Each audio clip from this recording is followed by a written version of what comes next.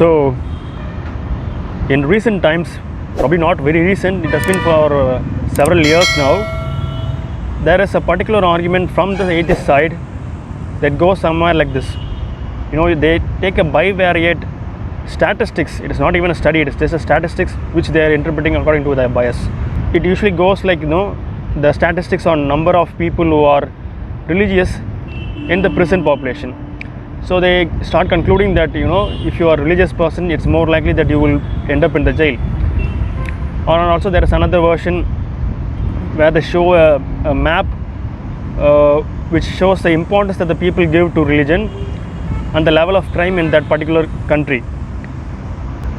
This is not some kind of an obscure claim made by some atheist or something like that. I heard this from Satya Anvishi, I heard this from Science is Dope in Vimo's video.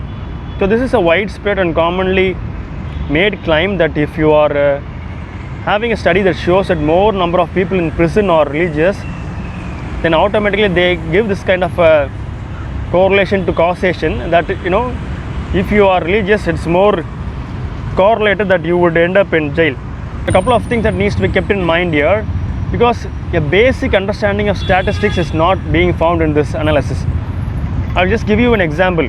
Let's say that we have a bivariate position where we take the number of bikers who are getting admitted in the emergency ward in the hospital, and in that number, what percentage of them were wearing helmet and what percentage were not wearing helmet. So I don't even have to do the study, but I think you can get the idea that most of the people, most of the bikers who met with an accident, who end up in the emergency ward, would have been wearing the helmet, right? And if you take a bivariate analysis of the situation, you may start concluding that if you are wearing helmet and if you meet with an accident, you will end up in the emergency ward. So how can a positive thing like wearing a helmet somehow be correlated with the negative situation of getting admitted in the emergency ward? Because how can that happen? This can happen when you are doing a bivariate analysis, and this is the reason why statisticians barely use bivariate analysis in a proper research. They may be useful for getting some kind of incidental value or some kind of a foundational study that may be useful, but beyond that they need to depend on other parameters. They need to study other confounding factors before they can make any conclusions about whether wearing the helmet will make you end up in the emergency ward. So as I said, the reason why the people who are not wearing the helmet don't come to the emergency ward is because they are more likely to die off on the spot itself or on their way to the emergency ward in the hospital.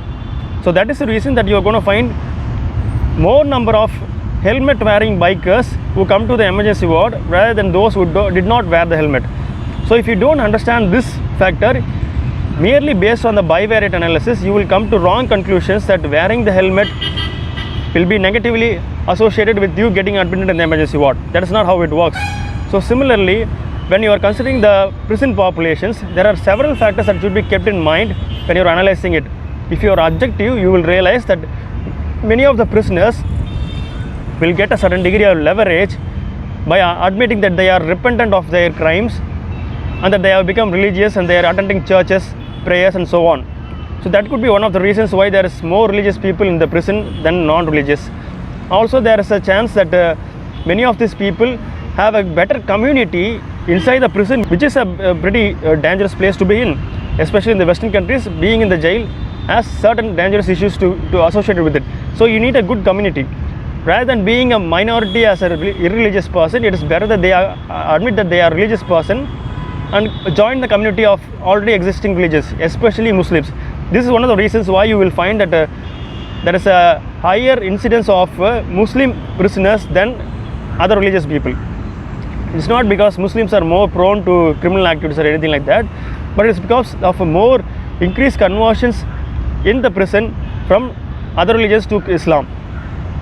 So similarly, there is also several prison missionaries which are going on inside the prison, which makes the prisoner who are already guilt-ridden, who are already in a desperate position, they are more prone and easily converted in that kind of a situation.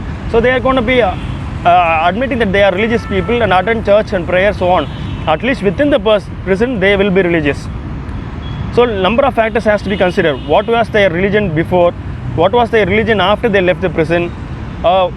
Whether they were initially religious or they were converted in the prison, so on and so forth. So many factors needs to be considered. None of this is being brought out by any of these atheists who claim that being religious makes you put into jail. And also the quotation that was given by the friendly atheist Hemant Mehta only considers about federal jails. It doesn't speak about the other jail statistics. And also commonly another particular sort of argument that is being made is based on the map, world map, where you have, the importance that is given to religion and compared to the number of homicides that happen in that country. So supposedly it is being claimed that regions where religiosity or religion is given more importance have a higher level of homicide. If you notice clearly in those images, you will see that that is not even true. There are many places where religion is given less importance but with more homicide and criminal behavior, and there are places where there is more religious importance with less criminality. So before going into this correlation, causation, all this stuff, there is not even any proper association between religiosity and criminal behavior. On the contrary, I would also like to point out that it is wrong for the theists to argue that somehow atheists are bad people, they are evil people just because they don't believe in God, or that they are immoral people or morally bankrupt because they don't believe in the particular scriptures that you believe in. That is also totally wrong. There are proper ways to argue based on that. There are studies to show that sexual promiscuity is more in the irreligious people. The support of abortion is more in the irreligious people, and so on and so forth. So also in the recent discussion, Satya and Vishit pointed out that irreligious people are more prone to oppose death penalty of the prisoners. So he is saying that the atheists are more humane in that aspect. Again, this is also a bivariate analysis and just taking mere statistics and try to interpret that based on those mere statistics rather than going to the experts and getting their opinion. If you see the studies, if you see the various studies, you will see that the official statement of the Catholic Church is that they oppose death penalty, and as far as the official statement from the several of the major Protestant church is that they oppose death penalty. And besides that, most of the churches also oppose killing of unintentional killing of growing children, which is called as abortion. Growing children in the womb is called abortion. This is also opposed by majority of the church groups. If you want to say that opposing death penalty is a humane procedure, then opposing abortion is even more humane, because we are trying to defend innocent children, growing children, rather than trying to defend about prisoners who have committed some crime. Whether that is deserving of death or not is a separate discussion. So similarly, there are studies to show that religiosity, here again we need to distinguish between two types of religiosity: intrinsic religiosity and extrinsic religiosity. Intrinsic religiosity is something that you are having internally, your personal beliefs, your personal intentions.